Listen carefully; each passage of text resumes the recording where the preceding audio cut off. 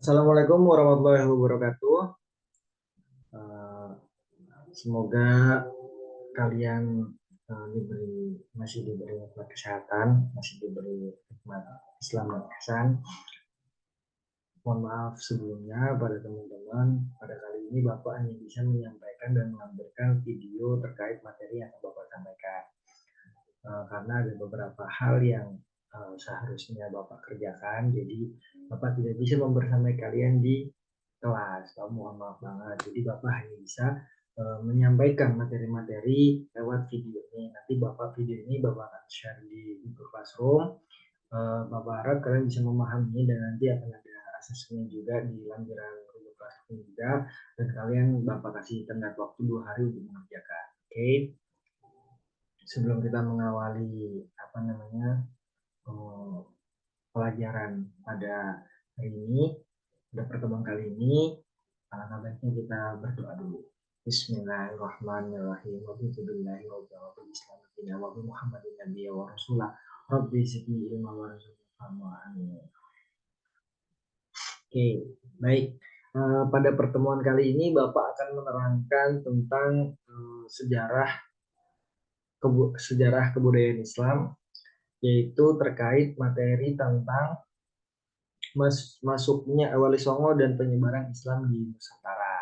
Oke, sekarang Bapak akan share screen dulu materinya.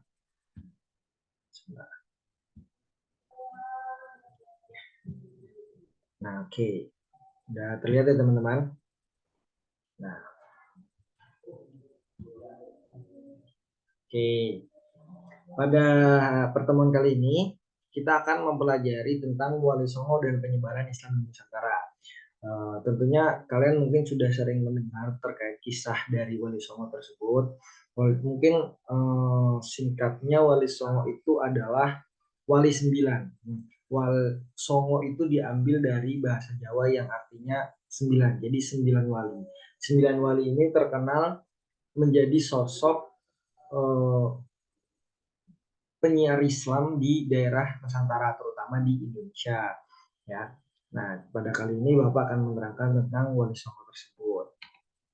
Oke, siapakah Wali Songo? Wali Songo adalah simbol penyebaran Islam di Indonesia, khususnya di daerah Jawa. Peranan mereka sangat besar dalam mendirikan kerajaan Islam di Jawa dan memiliki pengaruh yang signifikan dalam penyebaran agama Islam di wilayah tersebut.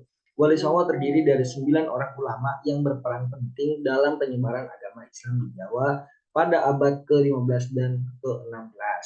Nah, jadi Wali Songo ini adalah ulama yang bukan berasal dari asli Indonesia.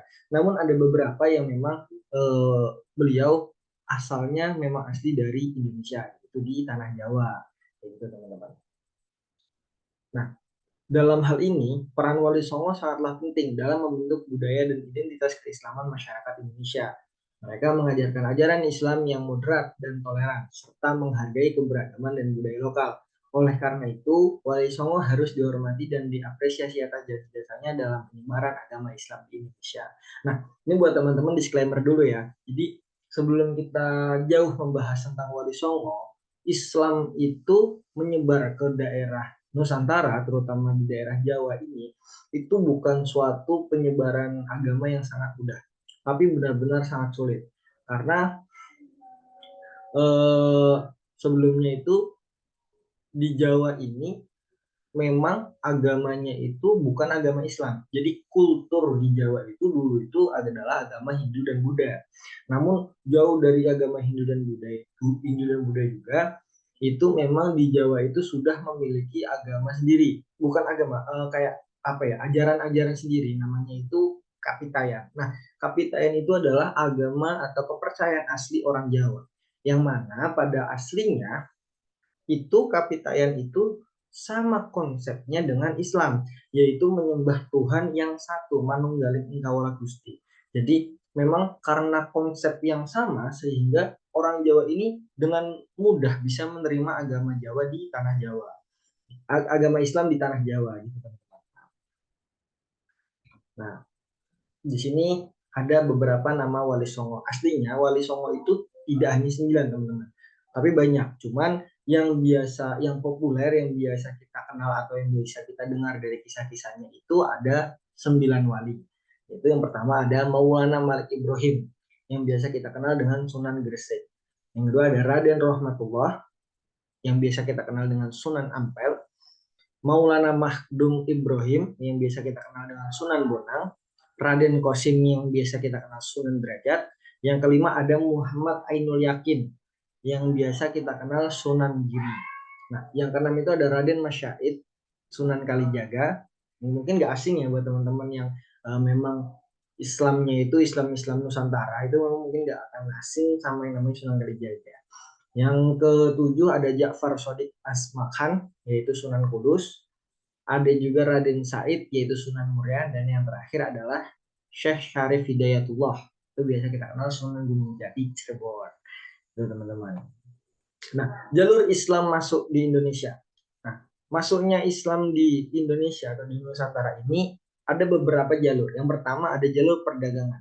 Islam masuk di Indonesia pada mulanya melalui perdagangan. Hal ini sesuai dengan kesibukan komersial pada abad ke-7 sampai ke abad 16. Jadi memang pada abad itu memang di Nusantara ini, di Indonesia ini memang sebagai jalur perdagangan dunia. Nah, Indonesia ini merupakan daerah yang sangat strategis dalam dunia perdagangan dunia. Jadi memang kita nggak heran juga kalau memang banyak agama-agama yang masuk Indonesia itu lewat jalur perdagangan. Salah satunya adalah agama Islam. Yang kedua ada jalur perkawinan, merupakan jalur Islamisasi yang paling mudah. Saluran tersebut melalui perdagangan atau saudagar dengan wanita pribumi. Nah, ini ada hubungan antara jalur perdagangan dan jalur perkawinan. Karena apa? Di jalur perkawinan ini biasanya saudagar-saudagar yang melakukan perjalanan ke Indonesia atau melakukan perdagangan di Indonesia itu biasanya mereka juga menetap lama di Indonesia. Akhirnya mereka juga menikahi dengan wanita pribumi, wanita asli di Indonesia. Nah, jalur ini itu merupakan jalur yang paling mudah dalam penyebaran agama Islam di Indonesia. Karena tentunya kita juga sadar bahwasanya ketika kita ingin menikahi seseorang wanita, bagi yang laki-laki ya, menikahi seorang wanita itu juga memang syaratnya harus sesama Islam, harus yang saling sesama beragama. Contoh, ya semisal kalian cowoknya Islam berarti ceweknya juga harus Islam. Jadi dari situlah mungkin jalur masuknya Islam ke Indonesia itu jadi lebih mudah, mana nanti anak cucunya itu juga akan mengikuti agama dari bapaknya atau leluhurnya yang sudah beragama Islam, seperti itu. Yang ketiga ada jalur politik, yaitu pengaruh kekuasaan raja berperan penting dalam proses Islamisasi. Raja merupakan panutan bagi rakyatnya, misalnya di Sulawesi Selatan dan Maluku. Nah, yang biasa kita ketahui ya, di Jawa itu banyak kerajaan-kerajaan yang akhirnya yang tadinya kerajaan Hindu dan Buddha akhirnya menjadi kerajaan Islam. Contoh ada kerajaan Demak, lalu ada kerajaan Mataram. Nah, Mataram itu nanti terpecah kan, jadi ada Mataram Islam dan Mataram kuno. Nah, salah satunya adalah Mataram Islam. Mataram Islam adalah kerajaan Mataram yang beragama Islam. Nah, terus ada lagi kerajaan ini Pajajaran. Nah, kerajaan Pajajaran ini kulturnya itu adalah Hindu dan Buddha. Namun dengan adanya Syekh Nurjati Cirebon itu kerajaan Pajajaran itu menjadi Islam. Yang biasa kita kenal tokohnya adalah Kian Santang. Mungkin teman-teman nggak asing juga kan. Nah, Kian Santang itu adalah juga kalau kita dengar dari kisahnya itu merupakan ulama juga dari Timur Tengah sana gitu. Jadi memang jalur-jalur politik ini memang salah satu jalur masuknya Islam di Indonesia dan Nusantara ya, teman-teman. Jadi seperti itu. Dan yang keempat ada jalur pendidikan.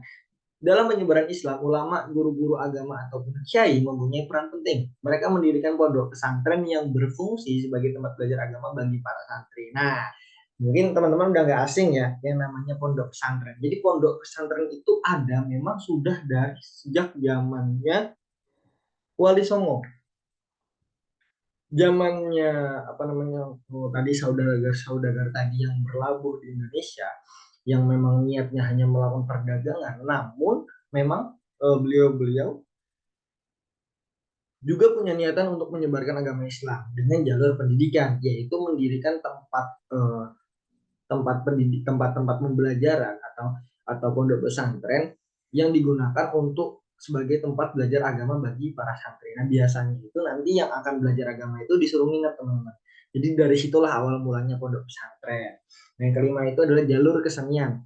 Penyebaran Islam di Indonesia dapat dilakukan dengan mengadakan pertunjukan seni, misalnya wayang dan gamelan. Nah, di sini teman-teman, wayang dan gamelan itu budaya-budayanya orang Nusantara. Tapi oleh Wali Songo yang bernama Sunan Kalijaga itu menggunakan objek wayang dan gamelan ini sebagai jalur penyebaran agama Islam kayak gitu. Jadi Sunan Kalijaga itu memainkan wayang itu dengan membawa kisah-kisah nilai-nilai keislaman. Itu teman-teman. Yang keenam ada tasawuf. Nah, tasawuf ini merupakan salah satu saluran yang penting dalam proses islamisasi. Tasawuf termasuk kategori yang berfungsi dan membentuk kehidupan sosial bangsa Indonesia yang meninggalkan bukti-bukti yang jelas pada tulisan-tulisan antara abad ke-13 dan ke-18. Oke. Nah, ini ada tradisi Islam di Indonesia yang diwarisi oleh Wali Songo. Nah, ini tradisi-tradisinya itu bisa kita rasakan sampai saat ini ya, teman-teman. Satu ada halal bihalal yang halal bihalal ini biasanya kita lakukan pada saat awal bulan Syawal, yaitu saat lebaran hari raya Idul Fitri gitu, teman-teman.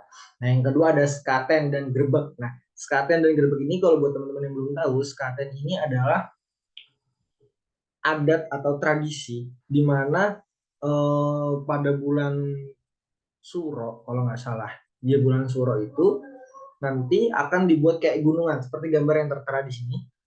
Gambar di sini. Nah, ini namanya skaten. Ini namanya skaten. Nah, ini nanti itu apa namanya, bentuk dari rasa syukur manusia terhadap hasil bumi yang telah mereka panen selama 1 tahun, gitu teman-teman. Nah, yang ketiga ada Mauludan. Mauludan itu adalah hari peringatan lahirnya Kanjeng Nabi Muhammad SAW. Nah, yang keempat ada Dugderan, yang kelima ada Rebo Wekasan. Rebo Wekasan ini mungkin yang teman-teman belum pada tahu. Jadi Rebo Wekasan ini adalah tradisi di mana kita mempercayai bahwa di hari Rabu itu, Rabu Wekasan adalah Rabu bulan terakhir, itu adalah hari di mana bala atau musibah akan diturunkan. Jadi mungkin kita Bapak juga kurang paham juga mengenai Rabu Wekasan ini. Cuman ini udah tradisi turun menurun dari zaman dahulu sampai sekarang gitu, teman-teman. Jadi materi-materi yang bisa Bapak sampaikan pada pertemuan kali ini cukup sampai di situ. Kurang lebihnya Bapak mohon maaf. Jika nanti memang ada yang ingin dipertanyakan, silahkan ditanya di grup WA ataupun di Google Classroom. Oke teman-teman, nanti ada lampiran soal juga yang Bapak lampirkan di Classroom. Silahkan kalian isi, Bapak kasih waktu tenggat 2 hari, dan nanti Bapak akan koreksi dan Bapak akan kasih nilainya di grup WA. Itu teman-teman. Oke, mungkin materi pada kali ini bisa hanya sampai sini. Kurang lebihnya mohon maaf. Wassalamualaikum warahmatullahi wabarakatuh.